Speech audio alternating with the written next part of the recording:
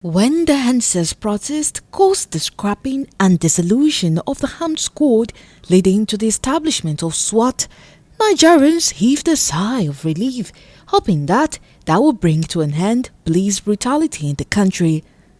Only a few years later, the trend seems crippling back, with more Nigerians facing dehumanizing conditions in the hands of these supposedly trained police personnel.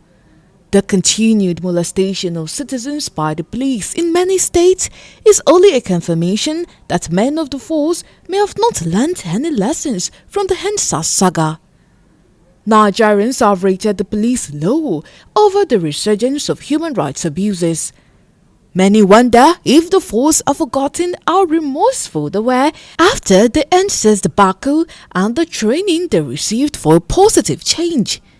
There is concern that police brutality is causing mental imbalance among many Nigerians, hence the need for more training for the police.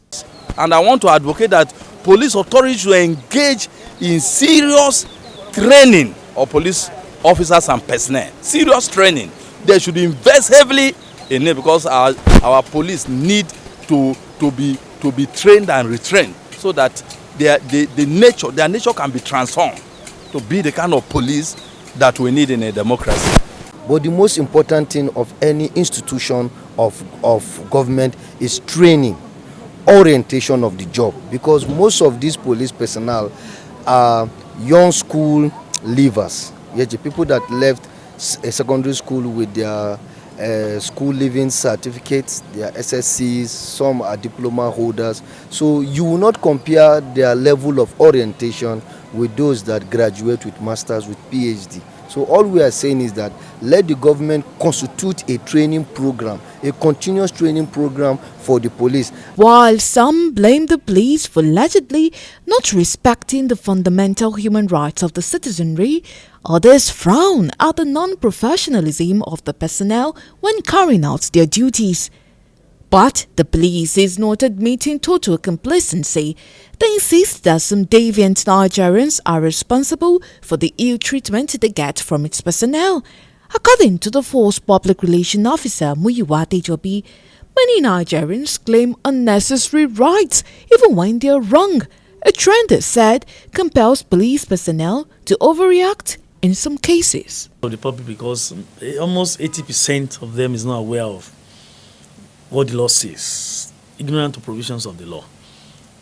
If I want to effect an arrest, you have seen cases in the video and social media. If I want to effect an arrest, by the time I come to you as a policeman, by the time I identify you myself as a policeman, and I say you are under arrest, another engineer will be telling you, where is your warrant of arrest? He has forgotten that it's not cases you demand for warrant of arrest, because he doesn't know. At that point in time, he has a wrong perception that that policeman has come to do illegal duty or is doing the wrong thing. Whereas the policeman is doing the right thing. He wants Nigerians to be acquainted with laws, especially those having to do with human rights, to avoid unnecessary harassment from a few ambitious police personnel. Last week, the president assented to many bills. They are now acts. And Nigerians are aware of this. We have more than 300 laws, acts, provisions of the law. The Nigerians are not even aware they exist at all, let alone don't know what the content is. It's a big problem. And that's why you see that all the time we've been having issues with law enforcement, because the populace don't know what the law is saying. So they think whatever you do, whether you are right or not, objective or not, they say you are wrong. And it's a big problem. So we should be able to draw the line and demarcate the line at what point in time that we want to say is actually policemen aligned with protection of human rights or fundamental human rights. It was not only condemnation, however, as some Nigerians still see some kind of improvement in the police operations, especially after the Endsars saga.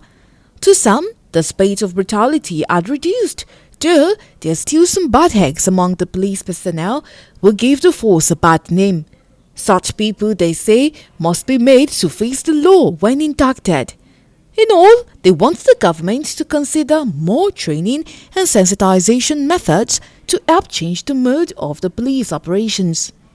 Whenever they want to work, it is determined, like when something happened to the people on top, you see them coming into action. You see them demonstrating what they have learned, the training they have gotten, like in the issue of kidnapping, in the issue of getting lost items and that. You see them coming up, and within a period of time they got it. But if you come to the downtrodden, the masses, you see that they will take the lackadaisical attitude. That's why they have the weak point. Many police today are not, many of them are not police. Some people are police, they have been dismissed. Some people are police, they are still wearing their uniform. They are dismissed from the police, they are still wearing the uniform. We have many fake police all over the country, many fake police. I can stand anywhere and say it. Depend on what you mean by depend on your definition of human rights. Sometimes, before you can sell human rights, well, we can say with the respect of human rights, they can also say they no respect human rights to some extent. And as you can see, there's a video trending online that's a police brutality. The question is that everybody is condemning police for that particular action. But if we ask what that individual did that leads to that, no, nobody will ask question. Analysts believe there is need for mutual understanding between members of the public and the police as they carry out their assignment of policing the society. After all, the police is your friend.